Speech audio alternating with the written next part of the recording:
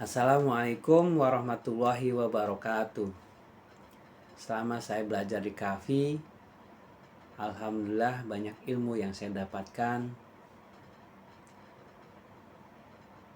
Banyak sekali manfaatnya ilmu KAFI ini untuk kehidupan saya yang bisa saya terapkan di dalam masyarakat. Salah satunya adalah ilmu 3C yang mengajarkan bahwa setelah kita berkomitmen, itu ada konsekuensinya.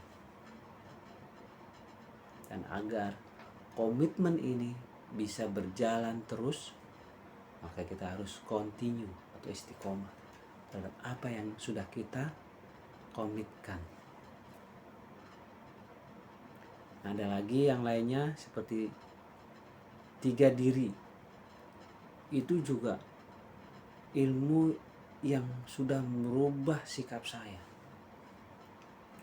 Ternyata selama ini juga saya hanya taunya konflik batin. Ternyata memang diri saya ini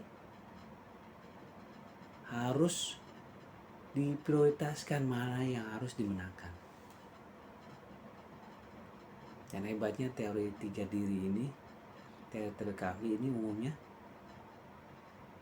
saat saya sampaikan ke anak-anak itu bisa dipahami, walaupun hanya anak-anak. Ya.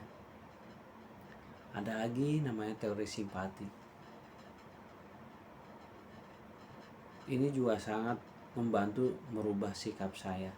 Bagaimana dahulu saya sangat sulit sekali untuk memulai komunikasi dengan orang yang baru kenal, atau bahkan nggak kenal sama sekali. Sulit sekali saya untuk memulai, maaf pak gitu, permisi pak. Bahkan yang lebih parah lagi, saya tahu nama orang yang baru itu dari teman saya. Tapi dengan ilmu simpati, Om ajarkan bagaimana langkah-langkah memulainya. Oleh karena itu, ilmu simpati ini sangat bagus sekali untuk awal komunikasi kita terhadap orang. Kemudian ada lagi teori otak kiri, otak kanan. Nah, ini juga dahsyat sekali KAFI penjelasannya. Karena selama ini saya punya paham otak kiri, otak kanan hanya sebatas pemahaman otak kiri itu lebih cepat menghafal, otak kanan itu susah menghafal. Tapi di KAFI penjelasannya sangat logis. Bahwa otak kiri sebagai otak penjaga atau menyeleksi, sedangkan otak kanan sebagai gudang data, semua bisa masuk. Maka tergantung dari otak kirinya. Dan lagi-lagi saat teori ini saya jelaskan ke anak-anak, anak-anak juga paham. Kemudian dari kesemuanya itu, ilmu KAFI juga menjelaskan case-case dalam kehidupan manusia. Misalnya, bagaimana orang yang rajin ibadah, rajin sholat, rajin ngaji, tapi masih suka ngomongin orang, masih suka ngejelekin orang. Ini kenapa ini? Apa ada problem di sini? Ternyata KAFI mengambil dalil Al-Quran Al-Imran ayat 4-7 untuk menjelaskan ini semua. Kenapa orang itu walaupun ngaji, walaupun sholat rajin, tetap masih berbuat maksiat. Bunyinya adalah, celakalah orang-orang yang sholat. Kenapa orang celaka sholat? Karena dia lalai dalam sholatnya. Nah, Kafi ini menjelaskan, menitik beratkan kepada lalai dalam waktu sholat. Selama ini yang saya pahami adalah waktu sholat ya waktu sholat aja. Setelah sholat ya bukan waktu sholat lagi. Tapi di Kafi membahas tuntas bahwa waktu sholat adalah waktu kita mulai sholat sampai sholat berikutnya, sehingga pemahaman kita bahwa kita harus menjaga waktu sholat itu agar tidak lalai, sehingga efeknya adalah kita akan selalu berbuat baik dan menghindari kemaksiatan. Nah, ini yang jarang sekali dijelaskan di tempat lain. Memang sangat luar biasa ini. Oleh karena itu, Kafi ini ilmunya sangat mudah sekali untuk diaplikasikan dan dipahami. Ya. Nah, selain itu ada juga case-case yang lain. Misalnya fenomena bagaimana kita mempunyai pikiran, mempunyai sugesti, itu dirangkum di Kafi yang disebut dengan namanya subconscious. Saya punya pengalaman tersendiri dalam ilmu subconscious ini. Sebelum saya masuk Kafi, saya pernah belajar seni bela diri, yaitu seni pernapasan.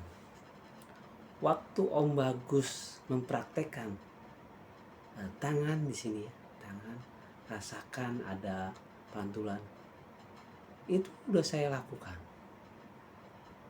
Kemudian napas perut, napas dada, itu adalah udah saya pelajari karena di situ ada seni pernapasan.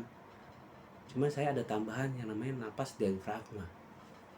Efek dari latihan itu adalah menimbulkan hawa panas di dalam tangan saya dan badan saya, dan bisa mentransfer hawa panas itu ke orang lain.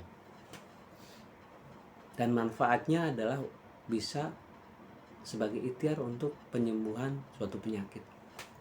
Jadi kalau saya merasa sakit, saya ikhtiarkan dengan terapi diri saya sendiri dengan pernapasan itu. Yang kedua yang saya pelajari adalah metafisika. Metafisika itu energi alam yang diserap dengan cara membayangkan. Hanya membayangkan aja, seakan-akan energi masuk ke dalam. Nah, di Kafi saya simpel sekali penjelasannya. Cukup satu, itu subconscious. Bagaimana otak kita memerintahkan seluruh tubuh kita untuk bekerja, maka bekerjalah tubuh kita. Itu konsepnya sebenarnya. Sangat luar biasa sekali Kafi ini. Dan saya menarik kesimpulan dari apa yang saya pelajari.